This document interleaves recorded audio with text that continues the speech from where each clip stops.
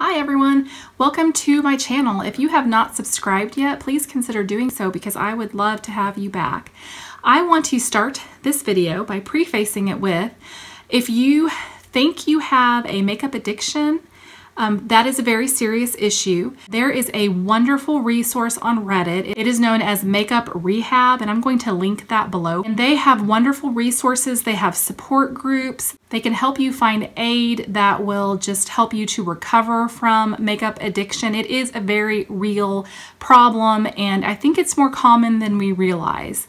So I received my credit card bill just like a week ago, and we had a very high December credit card bill, but we expected that because we were buying presents for Christmas for the kids and for family and all that. Well, I thought January we're going to bring that bill down, and we didn't. It was almost the same as it was in December. I went through and just itemized it to see what those expenses were. Some of them were because we had some car issues and we needed to do some repairs, and some of it was me.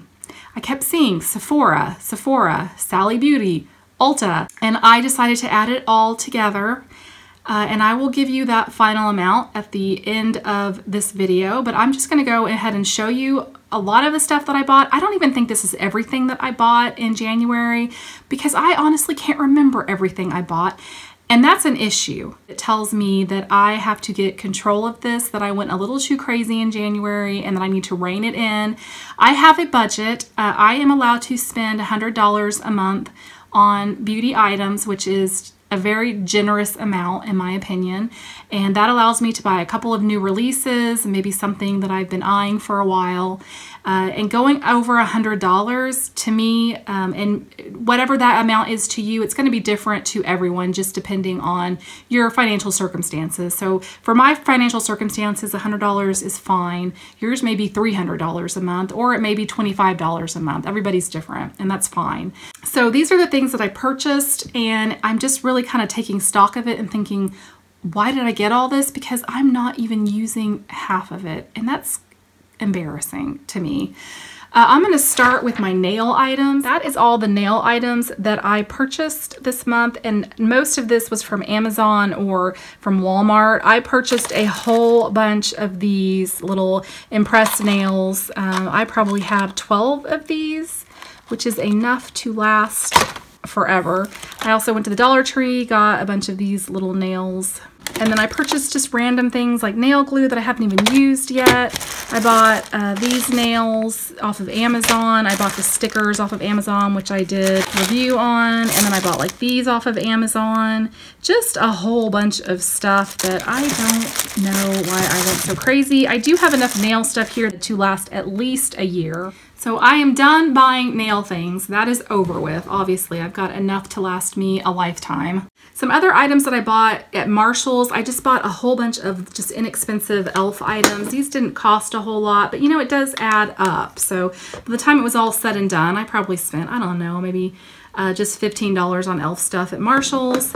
I also went and got my eyebrows done. That cost like $20 plus tip at Ulta. And then I bought the Foolproof Brow at Ulta. That's the Benefit. And then I also went at Marshall's. This is another thing I got at Marshall's, was a whole bunch of Anastasia Beverly Hills eyeshadows that I have not even used yet. So I'm feeling kind of silly for having even bought those when I haven't even found the time to use those yet. I also bought the Ardell Magnetic Lashes. I'm actually glad that I bought these. These are a purchase that I've really enjoyed. I bought the Laura Geller Baked Balance and Brighten Foundation in Porcelain.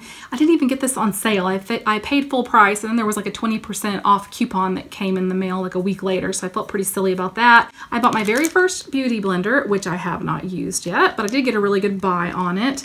I bought the Stila Glitter and Glow Liquid Eyeshadow Set, which I love, so I am very happy with this purchase. I bought the Manizer Sisters, which I did a review on, and I really enjoyed this purchase, and I got this for the biggest steal in the world. Like, it was basically a glitch on Amazon, and I purchased it for like $7, which is crazy. I got the Hoola Light, which I already have the Hoola Regular, and this is just better for my skin tone. I have been using this a ton. It has quite a big dip in it, so I am very glad that I got that.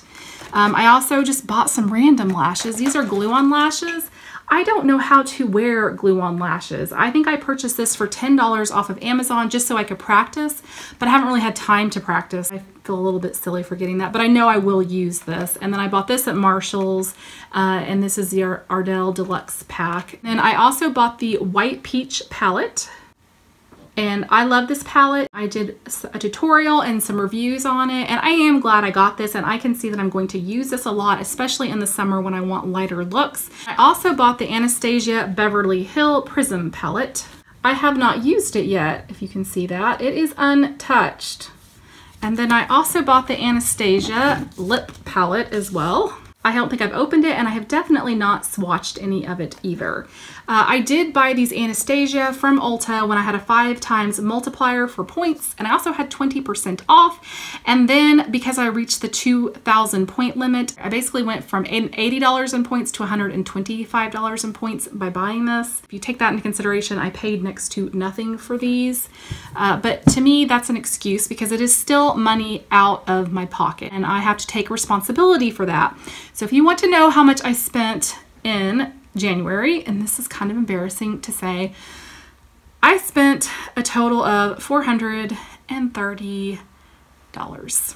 I'm embarrassed about that. And we can't afford that. That is more money than that I can spend on this type of products in a month. So that's basically $330 more than I should have spent. And you know, if you are not keeping track of this, you don't realize how much you're spending because you're just nickel and diming yourself. Like I would go to Marshall's and spend $10, and then I would go again a week later and spend $15, and then I would go spend $48 at Ulta, and then I would get on Amazon and spend $32, and it seemed like not huge amounts, and so that's why I didn't realize how much I was spending, and I was not keeping track of it. I have gone through this exact same thing with skincare. There was a month when I was really into skincare, just getting into it the way I am with makeup now. I spent $800 in 1 month on skincare. At the time, I had a job that paid an amazing amount. We could afford that. It did not break the bank, but it was a sobering moment for me, and I reined it in, and I gave myself a budget, and I tracked everything that I spent on skincare from that moment forward and did fine. And so I have reached that point now with makeup where I have to start a Excel spreadsheet, basically a budget saying this is how much I can spend, and I have to track every single dime that I spend on makeup to ensure that I don't end up spending this much again. I am also going to do a no buy for February. No new releases, no matter how bad I want them. I will not be getting them. I will allow myself to begin purchasing again in March and April and maybe May, and I will do another no buy in June and July because it's summertime anyway, and I'm not going to be able to be uploading to YouTube very much, so I figured those would be good months to not purchase anything. And then I need to stick to my $100 budget. If you spend $430 in a month and you can afford that, then that is great. I'm not knocking that at all. I wish I could afford $400 a month. I would totally spend that because I love makeup so much. But you know, I have 3 kids and we have college funds that we need to be putting money into. And I just cannot in good conscience spend this much knowing that I have other more important places I should be putting this money, like retirement fund and college funds. I have learned my lesson.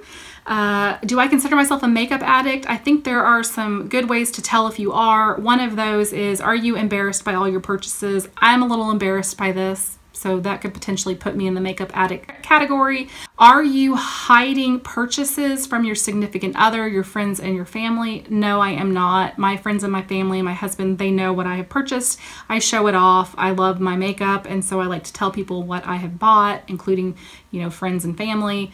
And then the third is, can you afford what you have purchased? I would answer that not this month. I cannot afford this. This is ridiculous. And that could put me in the makeup addict category as well. So would I say I'm a makeup addict for the month of January? Yes, absolutely. But I'm going to get this reined in February by doing the no buy, and then just see where I am in March. And if I start to overspend again, then we may have a real problem. But I was able to rein it in with skincare, and I was in love with skincare as much as I am with makeup. So I'm confident I can get this under control. If you feel like you have an issue with this as well, I would love to hear your comments below, and I will put that resource down there that is Reddit, that is Makeup Rehab, because I do go there and check out just a support group and the posts just to remind myself that makeup is not everything. There are a lot of important things in this world, and makeup it's something fun and it's a hobby, and I like to collect makeup, but it should not be my priority. So I just want to thank you for being here with me today and listening to me talk about my issues that I'm having for the month of January, and I hope this was helpful to you, and I hope you're having a great day wherever you are, and I hope to see you again soon. Bye-bye.